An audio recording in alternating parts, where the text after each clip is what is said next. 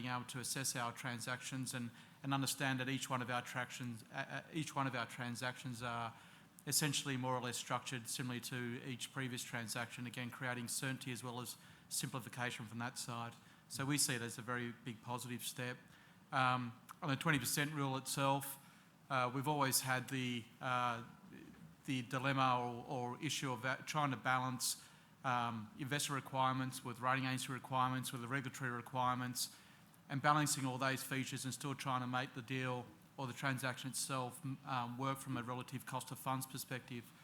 So by removing the 20% rule, again, I think it's actually simplified the way we can actually put our structures together in a way that at the end of the day, if we're actually holding the bottom tranches and they increase above the 20%, then that's fine. And we don't have to work around complexities around trying to meet everyone else's requirements. So I'd say from our side of things, to sum it up, we're very much supportive of the reforms from a funding-only perspective. It will streamline our processes. It will simplify the structures. And I think one key benefit is it will provide consistency across all ADIs in respect of what we issue. And I think some investors will value that simplicity and transparency. Thank you.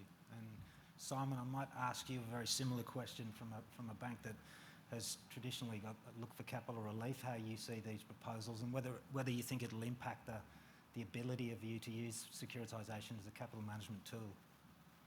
Sure, Dennis. It's going to be an interesting one. So Suncorp securitises for capital relief purposes at the moment. Whether we will continue that regime going forward, I'm not sure. I like the theme that I took away from today. The simplicity is something that we really do encourage. I guess the interaction that we have with APRA and even listening to the other industry participants. I think one of the challenges we've all had in the last few years is under the self-assessment regime. It was sometimes hard to make sure that we really knew where we stood.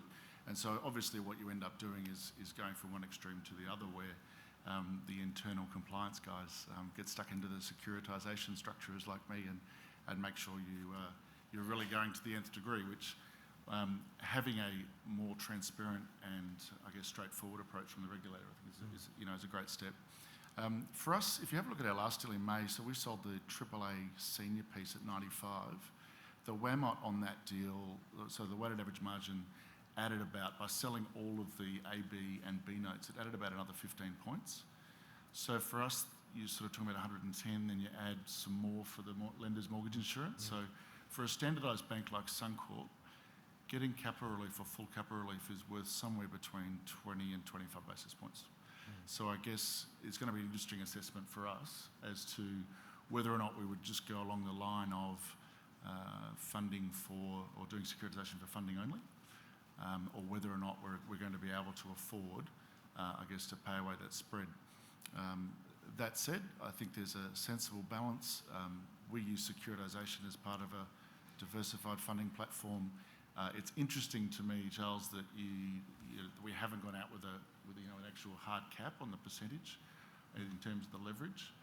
And that's interesting because there's going to be a self-imposed cap, I think, for us anyway. Obviously, the first thing that we want to try and protect as a bank is our A+ credit rating. And we want to make sure that all the rating agencies are very comfortable because securitisation really is only one of 4 or 5 tools that we would use. So we would look to protect our senior unsecured rating as well as obviously using that diversification. So there's certainly a lot of positives that's come out of today. We look forward to the consultation piece as well. I think that'll be very interesting. Yeah, we might come back a little later to the secured funding cap or the lack of that. But just going to the capital relief and the sort of rules that Charles has summarised here, or the proposed rules, I should say. Dom, did you, or maybe Charles, either of you, if you have a sort of maybe go through in a little bit more detail how we interpret those to work? Maybe you, Dom, if you sort of assumed an RMBS typical capital structure with A, B, B1, B2, yep. And we can, if you could just explain how you think that would work if you sold, different proportion of it. Yeah, sure. Yeah, so look, from what we could see there from Charles, it looks like the alternative capital relief is off the table, which questionably was available today. I think the retention concept is an interesting one. Looking at, say, a traditional structure where we do have an A, B, B1, B2 piece, looking at an ADI holding, say for example, a B2 piece in their deal, from what was up on the slides, it looked like that capital relief would virtually be off the table. Yeah.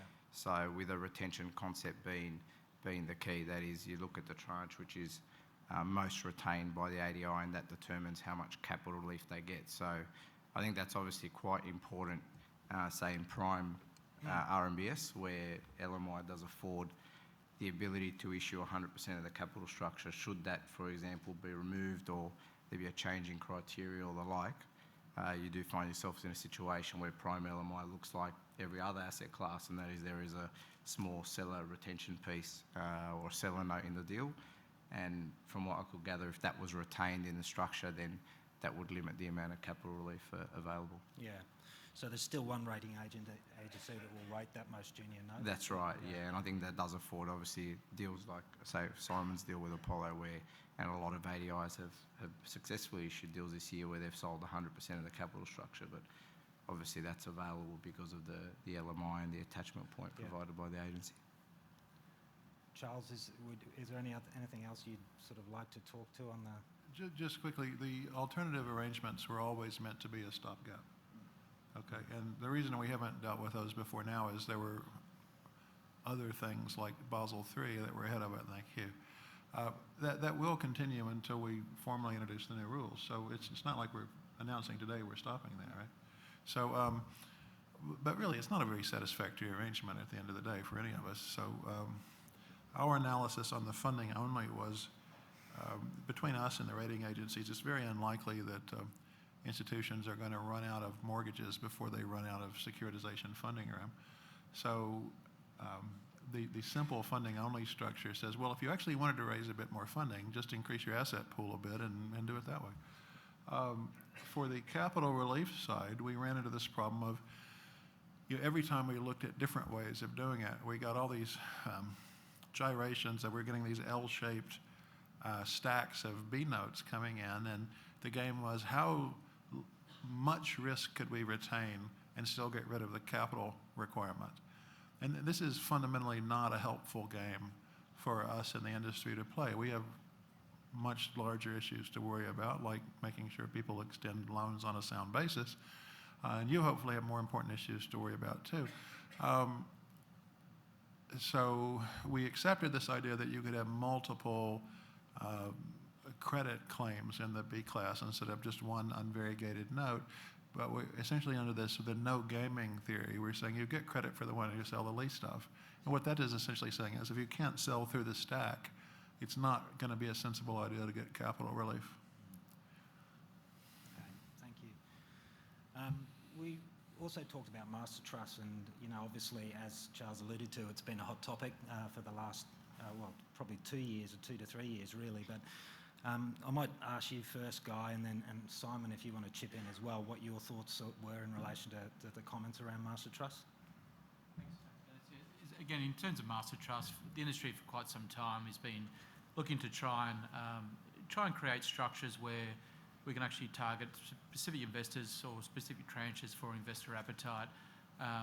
And it's not just master trusts themselves. I think there's two key prongs, I think, that are key benefits that we've seen today. The other one being the date-based calls, and whether it be for a discrete trust being on a complete call of the whole transaction or not. I mean, what we are seeing is, right now, the way transactions are put together is that there is a high degree of uncertainty as to when the first opportunity to call will happen and when we issue a transaction. It's quite interesting, we sit around the table when we're looking at structuring these transactions and have huge debate over where it's actually 2.8, 2.9 or 3-year WOW. And the reality of life is there's probably about 7 or 8 people around the table all arguing different perspectives of what should or shouldn't be the right WOW. And all we really have is the benefit of hindsight to say, okay, well, this is how the transaction worked in the past. When we actually walk away from those discussions, the actual one piece that we all agree on is that all 7 of us are going to be wrong. It won't happen to anyone those days. And really, when you see that from an investor's perspective, again, it creates that uncertainty around when is it that you're going to have that first opportunity to call. The flow-on consequences don't just stop with the investors, they also go on to swap providers and other facility providers, because again, it creates that uncertainty. So by having the opportunity of having master trusts and with the date-based calls that go with it, just creating that certainty as when the first opportunity to call. There's still going to be the uncertainty whether the issuer will call or not. That issuer or that uncertainty remains there today, but at least we have some framework where we say, well, at least we know on that day, you may be 1 or 2 months out when in terms of your assessment, we know at least on that one day will be the first opportunity that you can call the notes themselves. So we see it from a perspective of creating greater transparency in transactions, again, as well from a simplification perspective, creating scenarios where what we want to achieve is, for instance, a 2.8-year weighted average life transaction. We don't have to actually create a whole lot of engineering behind the transaction to get that outcome. It just is something where we can actually create very transparently. So again, another benefit from that side of things. Yeah, I'll just probably add to that. I guess one of the biggest challenges for us as an industry in recent years is uncertainty around cross-currency swap pricing and provisions. Obviously, a lot of institutions used to be able to provide that. So we're looking forward to trying to explore that days-based call option to give greater transparency, but as Charles was saying, without also creating an expectation in the minds of the investors and avoiding some of those covered bond type characteristics if we go down the path of master trusts. So it's a good point that you touched on there, Guy, that the swap and the pricing of those swaps would also allow us to access a fairly diverse and deep pool of investors in Europe and the US. I think many of the institutions here have visited with investors in the last 6 to 12 months, and there is a very solid understanding as to the integrity of the Australian RMBS product. The ASF at a forum up in Asia recently that was very well attended, particularly in Tokyo, and the demand for US dollar-based, for instance, RMBS is exceptionally strong. So if we're able to give some transparency and certainty around that swap piece, that will be very helpful. Thanks, Simon. And I think back to the point that Charles made on Master Trust, I think it's not it's not a silver bullet, but the fact is it is a very important tool for facilitating the depth of the Australian market. There are investors who like to have more time to do the credit, and when you have a single revolving pool of credit, it does open up a new class of investors who haven't been investing in closed pool transactions. I might just come back to the point on secured funding, and I think there's a question here that's come through on a text, which I think is an interesting one in the context of the absence of a secured funding cap and also the linkage of the explicit linkage that you made with securitisation into the LCR test and the outflows for LCR purposes. So the question